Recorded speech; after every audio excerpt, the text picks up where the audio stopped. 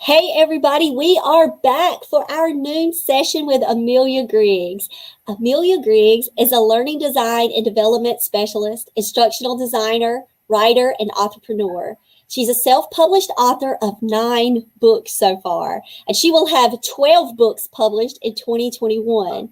She enjoys researching, designing, and developing all kinds of educational materials, writing instructional articles, blogging, and composing fictional short stories. She is currently working on educational ebooks, how to guides, and instructional YouTube videos. Amelia has always loved writing as long as she could remember. She has a bachelor's of business administration with a major in computer science and a master's of science in instructional design and technology. To learn more about Amelia, follow her on all of her social media sites. Amelia, welcome to the Writing Warriors for Jesus Youth Summit Conference. We're so blessed to have you here today. Thank you, Jen. Thank you so much. I want to thank you, Jen, and everyone on the WWJ team for this opportunity today. Welcome everyone who's watching. I'm so happy to be here. And if you are an writer, an author, an avid reader, I hope that this presentation inspires you to go further along your journey.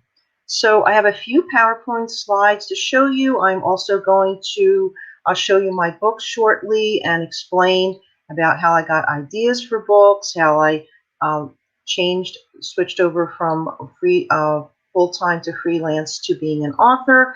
So let's begin. I thought I would start by giving you a little bit of information about myself. Thank you, Jen, for reading my bio. And as Jen mentioned, my background is IT training and development.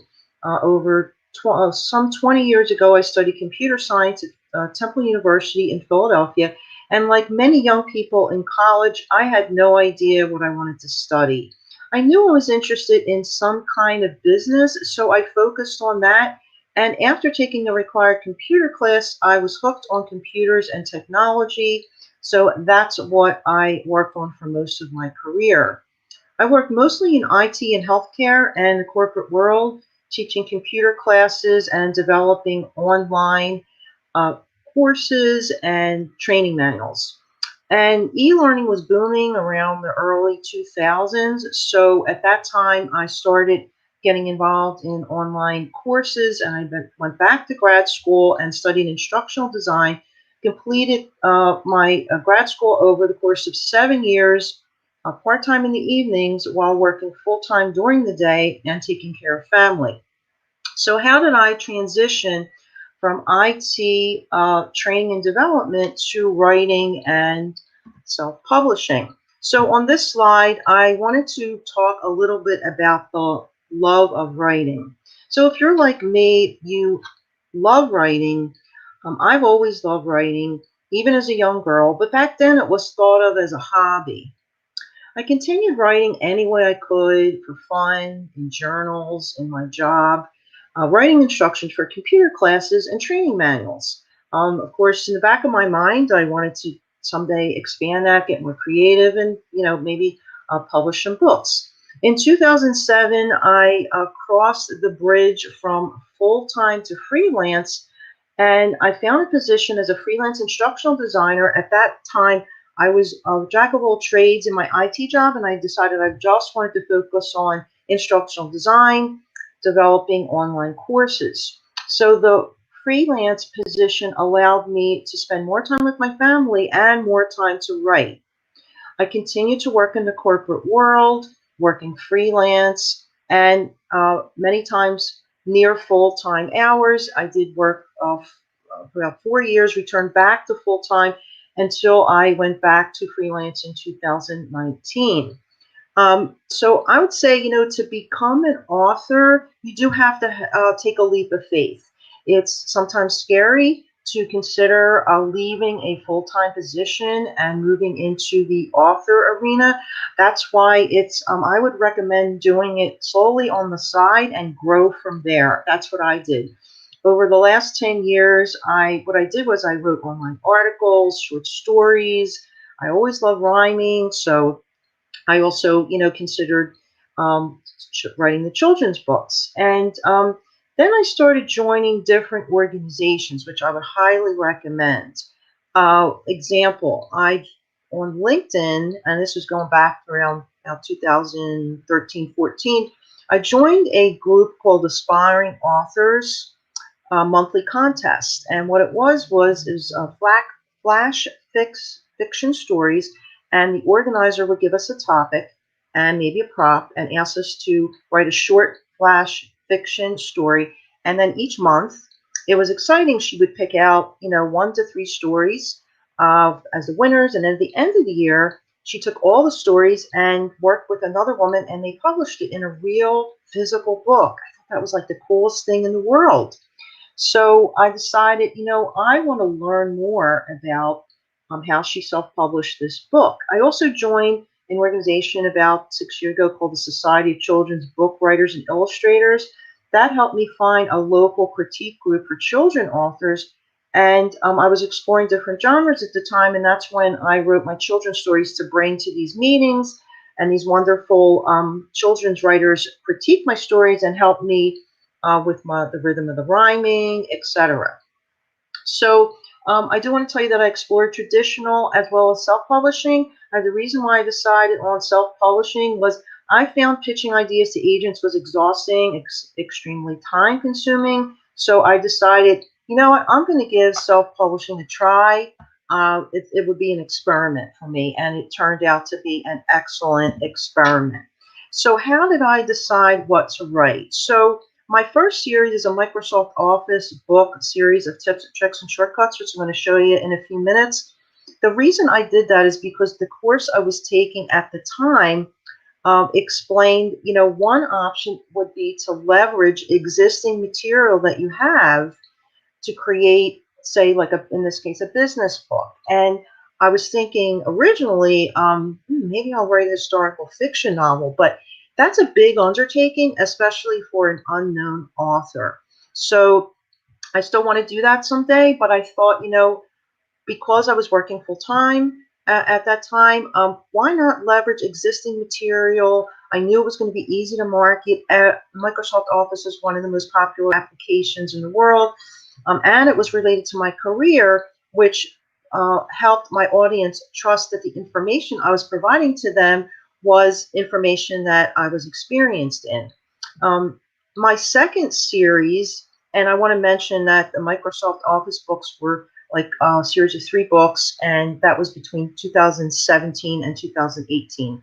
My second series is my children's rhyming series, and again, I mentioned, I needed to write little, stories to bring to the critique group, and it ended up that I decided, to pitch the idea to agents. Well, I did go to workshops and I pitched it to agents, and they liked the idea, but they said I wasn't ready. I tried it for a while, and I decided, you know what? I already self-published the Microsoft Office series. I'm going to go ahead and experiment and learn how to put together, the children's rhyming series. So I'll show you my children's books as well and explain the process. For that, I did find an illustrator on Fiverr, which I'll explain further, and I can answer any questions. The children's rhyming series are based on memories of me and my mom and all the fun we had cooking in the kitchen. I explored a new genre, and I thought, well, people are going to be like, well, she wrote the computer books, now she's jumping into children's books. Perfectly okay to write in different genres. There's a woman in the UK I follow, Joanna Penn. I found her years ago, my hero. I decided, you know what, I want to be more like Joanna Penn. I want to write in different genres. She's extremely successful in that. And it's definitely possible to write in different genres. And Jen, I know you also know this because you also write in different genres. Again, I wanted to relate it to the common theme of learning to kind of still tie in with my background. And then along with the children's rhyming series, I decided I want to create some coloring books and activity books for fun and see how that works. Again, another experiment and something that was extremely fun to create. But I would say that the activity part of it, creating activities, and I'll show you how I laid them out, was the most amount of work. So what I'm going to do now is I'll return back to the slide on self-publishing shortly, but I'm going to stop sharing. This way I can show you my books. And let me flip it back over, and hopefully you can see me. If not, Jen, you can shout out, but hopefully I'll be on the camera now. So again, my first series are these computer books. And as I mentioned, you know, I've leveraged existing information. I had tons of tips in writing that I knew I wanted to do something with someday, share to the world, create a book.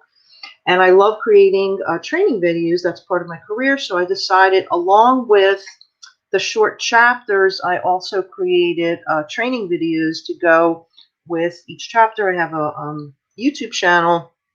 Again, all an experiment to see what works best. If you're thinking about any type of business nonfiction book, if it's anything that changes over time, which, you know, in this case definitely is the case, you may need to update the books after a period of time. So next year I'm going to have another version for Microsoft 365. But, you know, Microsoft Office primarily stays the same. They do add new bells and whistles all the time, but it is important to have a new version of your book where people can go and match up their version or the year, you know, a new edition. So let me just mention to you what I did format-wise. Again, I'm just kind of going on, and I think we're going to leave the questions till the end, but, you know, Jen, you can chime in if there's anything in the interim. So what I did was I would recommend that any genre that you write in, it's really important to do your research and make sure you know the type of cover you should have, whether you're designing it yourself or if you are hiring someone. That designer should also know, you know, if it's nonfiction, if it's children's book, if it's, you know, a young reader. It's important to get the cover right. And it is basically true, you know, people do judge a book by its cover for the most part. So anyway, I did my research, and for this series, I created my own covers. I laid them out in Canva. When you lay them out in Canva, you have to know your trim size and your page count, and then you lay out one big image, front, spine, and back. And if your book is not like approximately 100 pages, then you cannot have text on the spine, at least for KDP. Okay, so I'll get back to explaining about KDP, which stands for Kindle Direct Publishing, an Amazon company, shortly. But I do want to mention that inside, I decided to explore both color and black and white. Now, I will tell you that no matter what kind of book you write, if you have image-heavy books, you may need to have color, like if it's a cookbook or, you know, obviously a children's book must be in color. But it is more expensive to offer color versus black and white. Now, in this case, I decided to have color and black and white for Word. I also have Microsoft Excel. And then for PowerPoint, I did yet another experiment. So I have the color here. Hopefully, open up to a page with some color images. But I felt like this book was so image heavy that I really wanted to be able to have more room for the pictures. So I did another experiment with a larger trim size, large print, and anything about, usually it's around at least 14, maybe 16 point size in your text. It would be listed on Amazon under the large print category. So this is, again, larger print inside, and it's also black and white. And I just get to a page where I have some pictures so you can see black and white. So after going through this experiment, I'm happy I did it. This particular book, this format, the large print, black and white, larger trim size, is my bestseller. So this particular one. So that's my first series. And then my second series are my children's books. I have my Silly Woolly Apple Cake, my Squishy Wishy Meatballs, and the Snowflakes with Sugar. So I want to explain a little bit about that. Again, these were rhyming stories that I wrote. I had an idea in my head about a mother and a daughter symbolizing my mother and me, also thinking about me and my daughter cooking in the kitchen. And my mom used to love to make apple cake, so I turned that into a rhyming story. And again, I was in new territory, new waters, and I didn't know where to begin. So I looked online to see what other authors were doing, and I used Fiverr. Fiverr, Fiverr.com, is one of various websites where you can hire people for just about anything. And Fiverr is pretty popular right now. I know when I went freelance in 2007, I had a profile and advertised myself for projects on guru.com, and I think they still exist, but it's not as popular. There was also Odesk and Elance, and there's different websites, but Fiverr is very popular right now. So I hired a illustrator on Fiverr, and here's what I would recommend, especially if you have a children's book and you don't know where to begin. I started with the cover, or you can start with one illustration on the inside. So you want to be very descriptive. Hire your maybe 2 or 3 illustrators on Fiverr for just one illustration.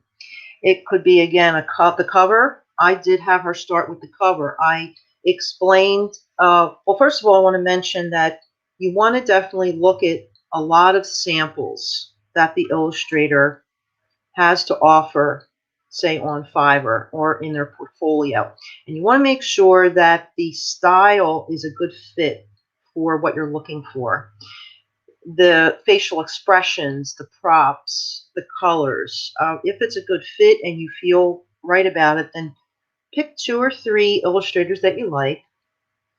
Write a description of one illustration and have them, create it for you.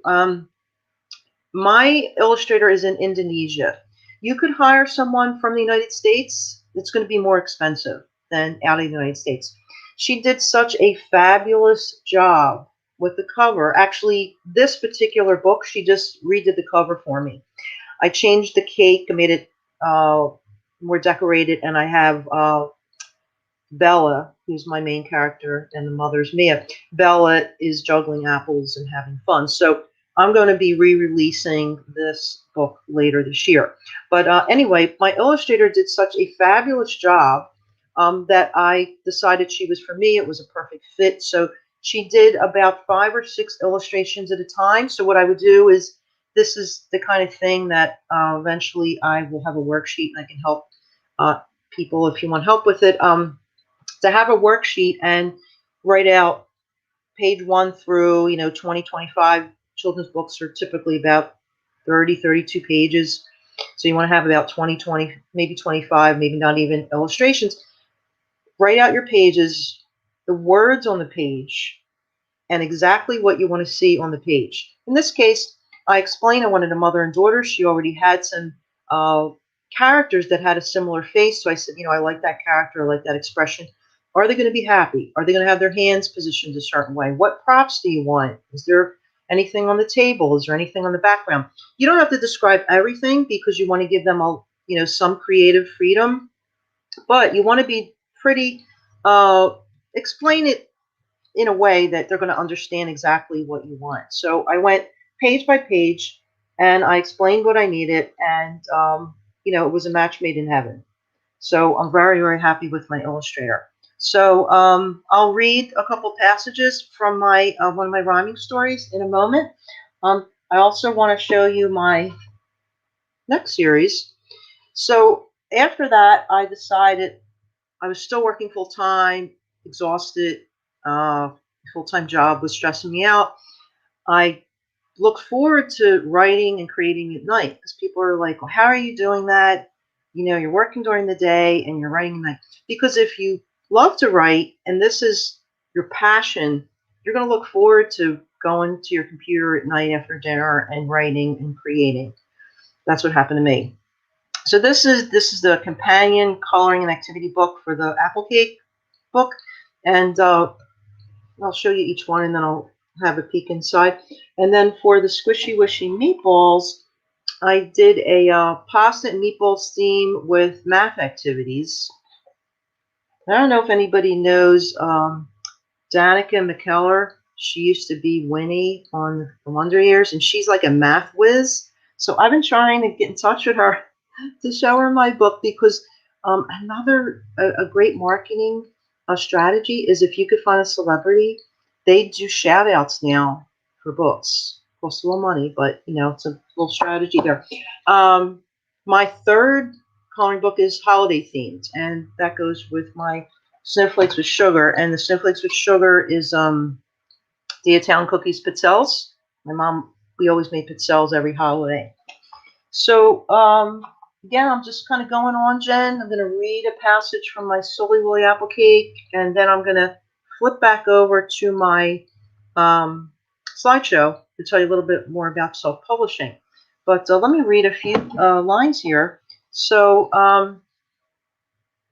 oops, sorry about that. Today for fun, we went to a farm, and I balanced an apple on my arm. Now, when I did story times in 2019, I found a local shopping center near me, and they were doing an outdoor story time. So I got together with my friend Elwin Autumn, and we did story time outside, and I would bring props and squishy apples, and I would get the kids involved. I filled 10 baskets high to the sky. I jumped up and said, "Can we make a pie? What else can we do? What else can we make?" Mama shouted out, "An apple cake." Now, I do want to mention something to you about rhyming. Punctuation. Punctuation in rhyming is not the same as the English language, like writing a novel. When you write rhymes, and you could look in like any rhyming book in the store, you're going to see periods and commas where the person or child should stop and pause when they read, and this helps the rhythm of the rhyme. I did get criticism for punctuation in my children's books.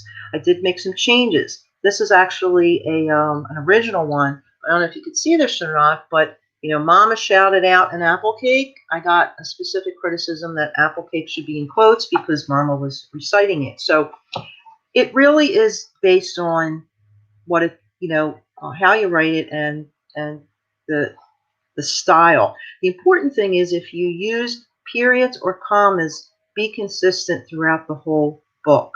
Again, just a little tip there. You can look that up. Punctuation in rhyming is a bit different. So one more thing I want to show you is the inside of the pasta and math book. So what I did was I had my illustrator do some full page coloring, which I'll show you in a moment, but I used PowerPoint and Word.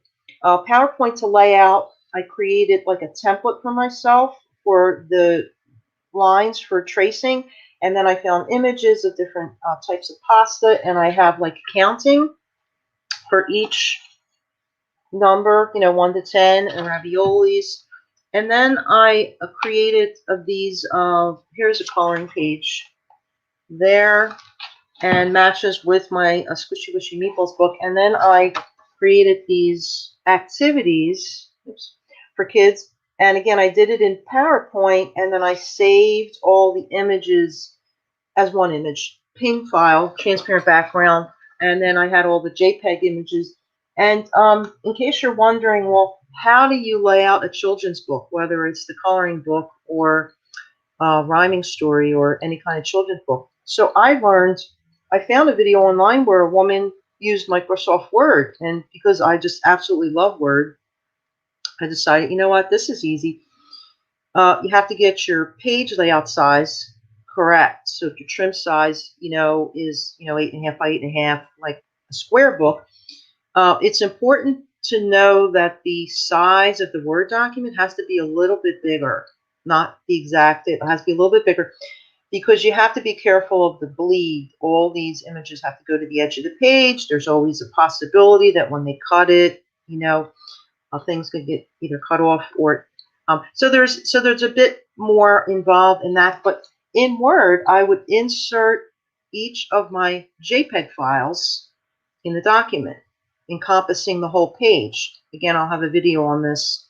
I'm going to be creating courses to help other authors.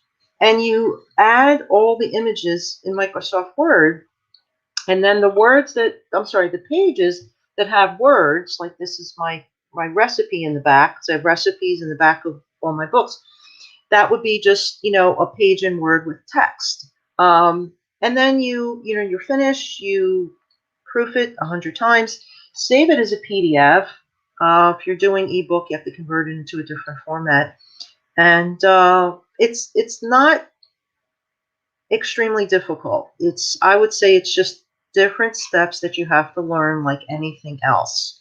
So I'm going to flip back to my PowerPoint in just a moment.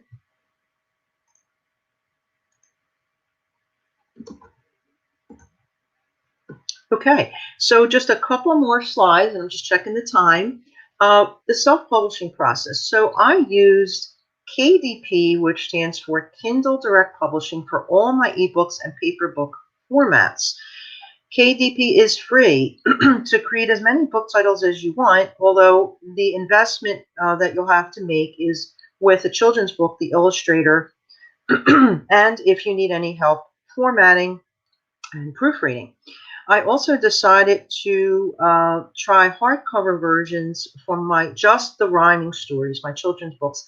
And at this time, KDP does not offer hardcover versions. However, there's a hardcover beta going on right now with KDP, but it's invite only.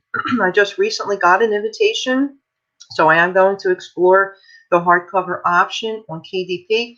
But a few years ago, when I wanted to look into hardcover, I heard about Ingram Spark, which is instead of Amazon being a retailer, this is a distributor, and I heard it had excellent expanded distribution. But I did want to mention to you that KDP also has expanded distribution. So for the books, like all the other books, my paperbacks and my coloring books and my technology books, there's a little box when you upload the files to turn on the expanded distribution for KDP. And I did that for all my other books. And it pushes your book out to all these different retailers like barnesandnoble.com and all kinds of websites. So my books that are not on Ingram Spark, that are on KDP, are also on those websites. I can't tell for sure if it's the same exact number and the same websites, but they're definitely on a ton of websites. So people are asking, do I use KDP? Do I use Ingram Spark? Well, Ingram Spark is not free. Right now, they charge approximately $49 for each book title and $25 each time you upload a new file. So if you upload a new file and then you notice a mistake and you upload another file, you get stuck with another $25 charge. So just be careful of those charges.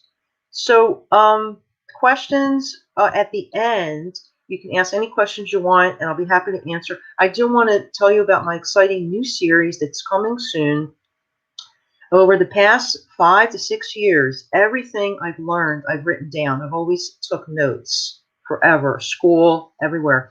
So I documented every single thing I learned over the past 5 or 6 years because I knew 5 years ago that I was eventually going to want to maybe create a book to help other authors.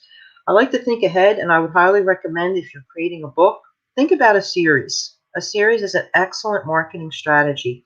My next series, which I'm actually just about in the process of ordering my proof copies and should be out in early June, at least for the first 2 books, is called Author Journey Success Series Toolkit. It's going to include 3 main books, which is the first is my whole journey. I explain how I got started in more depth and detail and explain the 7 steps to your best-selling book. I also created a companion workbook where you can track all your writing, self-publishing, with all kinds of worksheets. My other 2 books will be out in the summer, I explain in depth the self-publishing journey, how to get your book on Amazon, specifically using KDP, which is not just the KDP tool. There's so much more. There's Author Central. There's tools you can use. There's promotional strategies. So that's coming out in the summer. And then I have my 101 ways to promote your book. I've experimented so many ways over the past 5 or 6 years, and I have lists beyond lists. So that's coming out in summer. So I'm going to say that this is the final slide, and I'm going to flip over in a minute and take any questions, and I can share any information. If you have a question or want to contact me, go to my blog, which is ameliaswritingcorner.com, and click on the Contact Us. You'll get a very simple form. Just put your email, the subject, and ask a question. Just keep it to like one, maybe two questions. Don't list 10 questions. Please just start with like one or two questions, and then we can go from there. And I welcome you to also visit my Amazon author page, which is amazon.com/author/Amelia Griggs. So at this time, I'm going to stop sharing. I have plenty of additional material that I can explain to you, but I do want to open it up for questions. So how about any questions, Jen? Yes. First, thank you, Amelia. Just wow. Love your body of work. I am a huge fan of all of your children's books. Cannot wait to get that new series that's coming out. So congratulations on all of your success, from the nonfiction to your children's work. First, our first question is from Luke, and he said, if you release an updated version of a nonfiction book, would you recommend releasing a new cover as well? Very good question, Luke.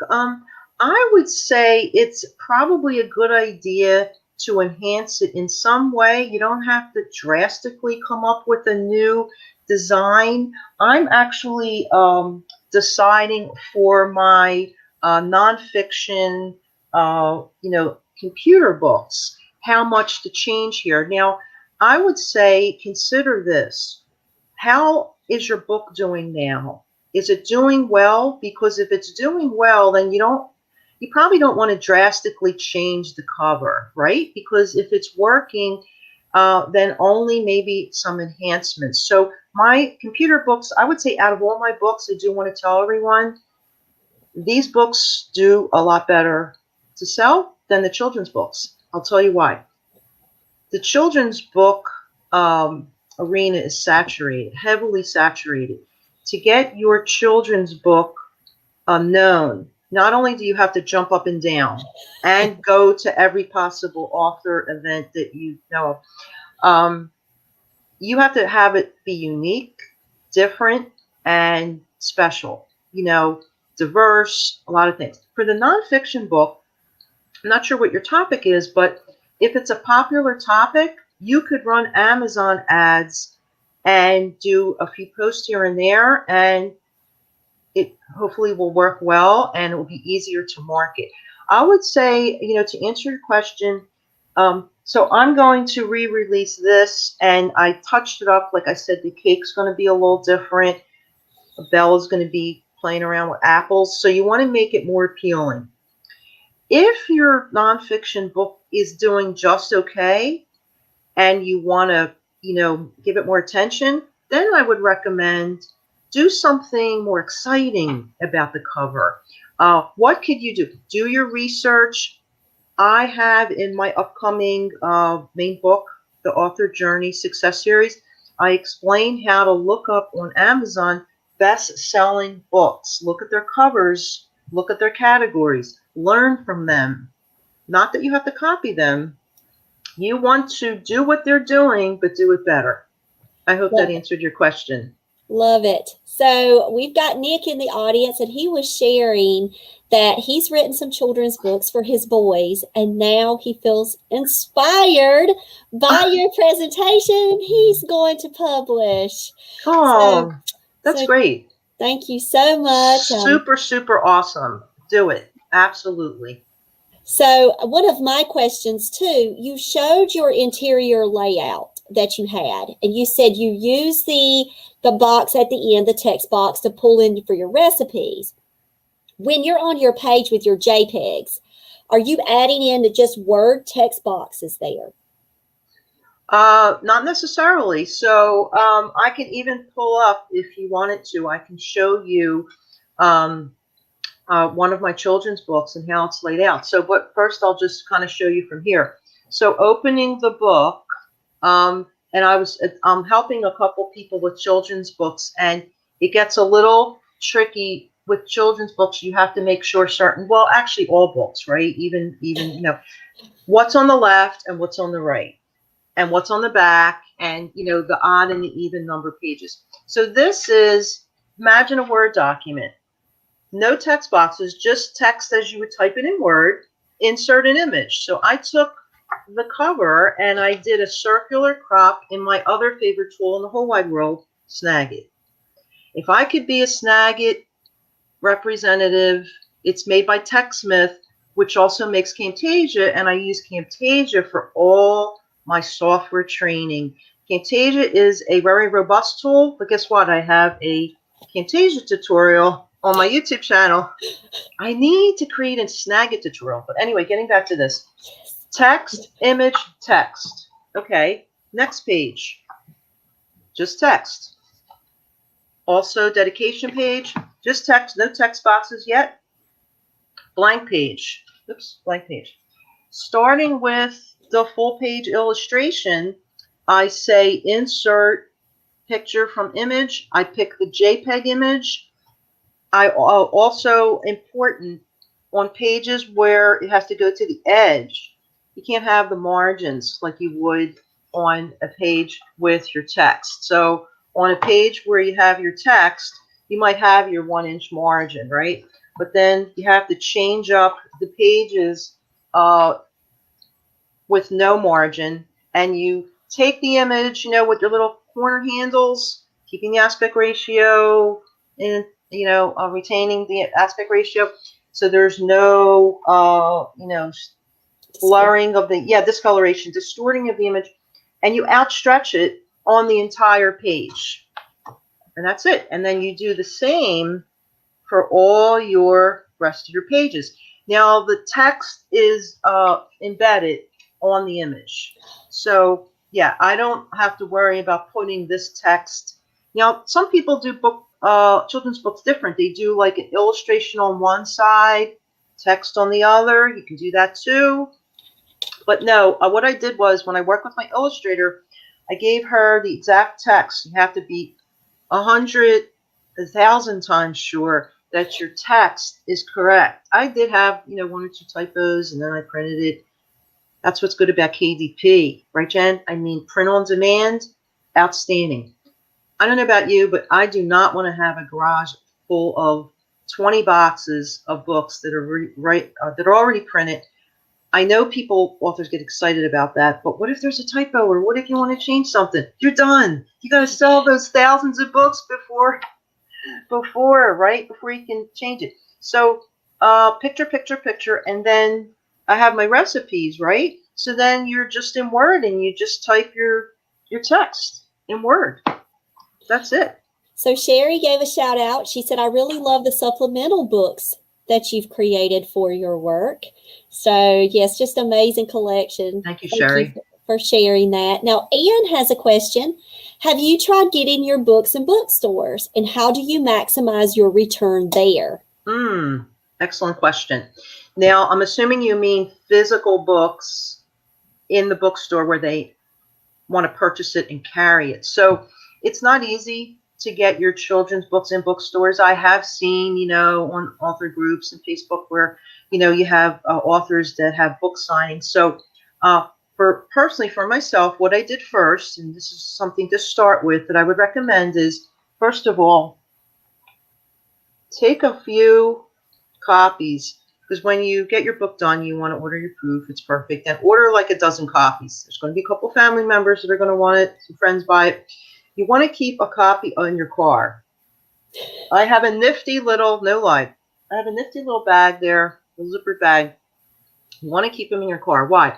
Because, well, maybe not last year, too much this year, but like in 2019, I was going to these story times that I would do outside, and I would have to bring extra copies. But then if I pass by a bookstore, be bold. Go in, show your books. Not only bookstores. I've approached garden centers, even grocery stores, and show them your books, have cards, explain, you're an author, even consider donating one or more books to them so they can see it. I also approached a cake store. There is a cake store, and I don't know if it's just local to me or all over, but it's called Nothing Bunt Cakes. And they have bunt cakes that look like my cakes. So I was so excited. I went in with my husband. I gave her, I think just one. I just gave her this book. And I talked to the owner there, and we were excited, and she was excited. And I'll get back to the bookstores in a second. But after some time, I got back in touch with her, and she said she couldn't, because she wanted to have me do like a signing. I could bring my books in. She could sell her cakes. Oh my God, I was so excited. But what happened was she talked to the hire person, and they said that, it would be a conflict because I have a recipe in the back for my apple cake, and they want to sell their apple cake, so it wasn't going to work. So I was like, you know what, thanks anyway. And that was that. So that's okay, you move on. But the bookstores, go in bookstores, approach them. What I did was, and I heard this from a friend, a lot of bookstores have consignment programs where you can, now sometimes they charge a fee. I did have one store charge, I think it was like $10 or $15 for the one-time fee or something, and then another bookstore did not. Shout out to Newtown Bookshop for anybody that's local in my area, that has some of my books. Now Doylestown Bookshop, they did have a consignment program, but it ended. But while they had the consignment program, they took some of my computer books and they took some of my children's books, and then it was like a 60-40. Where I like in the past couple of years, I would get, like some small checks. It wasn't what I was getting on Amazon, but it was still something exciting. And, then you want to network with the bookstores, go to if they have events, because the more you network with them, the more that you can approach them and ask them, can I have a book signing? I did approach one of the bookstores, and she said at that point, it was like 2019, but she said to check back because they had too many going on at the time. But, to get your book in a bookstore, I think you have to be, either well-known, a celebrity, lucky, or you have good connections. Now, I have heard of an author on one website where she approached a bookstore in Barnes & Noble, I think it was, and they were interested in her book. Maybe it was something special. It was a special kind of book. They had her do a book signing. It went well. They decided to carry her book. So, but I want to mention that if you do the expanded distribution on KDP or Ingram Spark, your books are eventually going to be on their website, like barnesandnoble.com, etc. I hope that answered your question. Okay, we have a new one. So this is from Michelle. She said, Amelia, do you think the hardcover is worth doing? I wonder about the sales for hardcover versus paperback, and I have a sense that hardcover is a popular format for kid lit. See, it's a toss-up for what the audience wants, but sales, not that good. Not that good. Remember, it's hard enough to sell your children's book. The hardcover through Ingram, very expensive. Very expensive. I mean, two of my books I have to sell at $21.99 versus $10.99 for the paperback. And then for the Snowflakes book, because it was like one or two extra pages, I couldn't sell it for less than $24.99. That's expensive. Now, Amazon and KDP, they do these random price drops where one of my hardcovers was like $5 one day, and we still get the royalty for that. I did it as an experiment. I also have a video on my YouTube channel comparing the quality, the print quality of the hardcover and the paperback. I would say hold off until KDP. It's coming. Hardcover's coming for KDP at some point. Hold out, because Ingram Spark or another company.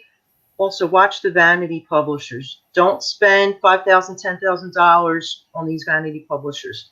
Self-publishing rocks. Hardcover, I'd say probably not, because it's expensive. Unless you have like a strong need, and you know for sure that your book's going to be really popular, and I would say at the book fairs, I had both my paperback and my hardcover, and people would come to the table, and I would put the hardcover in their hand, and believe it or not, like more people bought the hardcover in person than the paperback. Or if somebody wanted a less expensive book, they get the paperback, because it's expensive. But you can buy a few on the back end, author copies. It's a little less. So if you go to these author events, you can sell them for a few dollars less than you have to sell them on Amazon. So your next question, we've got a line of questions. I know that we're hitting our time, but I want us to hit these questions, guys. We will have a new session starting at 1:00, but Amelia, can you hold on for a few minutes for some more questions? Absolutely. Okay, so is there a big difference between self-publishing versus traditional when marketing, just the marketing aspect based on your experience? So from what I've heard, because I don't use traditional, but I've definitely researched it, you still have to do a lot of your own marketing. Again, unless you're a public figure and a celebrity, Jimmy Fallon, who I absolutely love, has children's books. Every time you turn around, another celebrity has a children's book. Instant bestseller. What? Because they have a big following. They know how to network. They have a whole team of marketing people, right? You still have to market your books. And traditional publishers, if you're a celebrity and a public figure, and if you got a book deal, I'm sure that there's going to do something to push your book. But you still have to do signings. You still have to be active online. You still have to do your own marketing. So with self-publishing, it's going to be the same either way. You're still going to have to do marketing. So Ruth has asked, how much will your series cost that you're about to release? So you could talk to us about your author series. How much is that series going to cost? You mean that it costs me to make, or the cost for people to buy? I would go with purchase right now, and we can have a clarifying comment if we would like to. But I would say, how much will that cost to purchase for your book and your workbook? So I haven't exactly set the price yet, because I haven't uploaded it yet. And there's a calculator for anybody that's interested. You calculate, and you want to make sure that, because people think, oh, her book's $10. She must be making, $10. No, you make like $2 or $3, right? If your book's like $10. So these books, if they're like $10.99, these are $10.99. It would probably be comparable to that. I don't know yet, but it depends, because I don't know on the final page count of all the books. But, we're not talking $25, $30. I'm going to make it as reasonable as I can to help authors to purchase. And I'll have an ebook version too, and the paperback. And just the workbook will just be hard paperback. So have you ever used Publisher to lay out your books? A publisher to lay out my books? No, I laid out all my books by myself, because I wrote training manuals for years. So I did all my own layout and formatting. And you used Word? Absolutely. Microsoft Word for my books. Yep. So Tish says, I've got to follow your channel. Yes, Tish, go and subscribe to Amelia's YouTube. Yeah, my YouTube is youtube.com/user/easy learning web. But if you go to like one of my other places, I'll have general, I think you put it in at the bottom of the description in this session. So does Word have a picture placeholder? Well, there's different options for pictures where you can put it in a box, if that's what you mean, so you can move it along the screen. When you put a picture in, there's a little pop-up thing that lets you choose, is it going to stay put, or there's a setting in there where you can move your picture wherever you want on the page, if it's not encompassing the whole page. I hope I answered your question. And so Anne is exclamation points over here. I know that store. I'm in your area. So And you're right around my friend Amelia. Look at Okay. this. This is So Ann let's Delview. okay, I'm going to write down your name and let's catch up and and answer She's any of your other questions. A she's the Tale of YA. Ashes. Oh, Yep. okay. She's my YA girl. She's going to be Excellent. here this afternoon. Oh, okay. Hooray. She's Yeah, going I to be can't wait to watch all the sessions. Excellent. So I'm going back through. I'm looking for, oh, Lydia said she loves hardcover for her kids' books. And like we said, like buyer preference, if you have that money there that you could spend for that hardcover to keep. And then you also have that paperback as an option for families as well. Right. So Exactly. Yeah, matter of preference. And it's good to offer multiple options. Ebook, paperback, hardcover, audiobook. And guys, we are now here at the close out. Thank you so much, Amelia. We've loved having you today. I love being here. Thank you so much for sharing all of your expertise, your learning experiences. Guys, you need to follow Amelia. I've known her, Amelia, for years now in this author journey and this circle. And I truly admire and respect Amelia and all the work that she's doing out in the industry. And she's here to give back. So, guys, connect with her. Continue on your great work. Look, thank you. Everybody is shooting it out into the chat. Thank you, Jen. Thank you, everyone. All right, guys, if you stay tuned, go take a break, go grab some more water, get maybe some coffee. That's what I'm going for, Tish. And join us back because we are going to have a hangout session with the WWJs where we're going to talk about next steps, what we've learned. Yes, Tish, we've love this. We are going to be talking about those next steps and what can we do with all of this good learning we've had and how can we do our next best thing. Thanks to Michelle. We're taking her quote from a previous session. So thanks again, Amelia. We'll see you guys at 1 o'clock. So stay tuned. Okay. Bye, everybody. Bye-bye.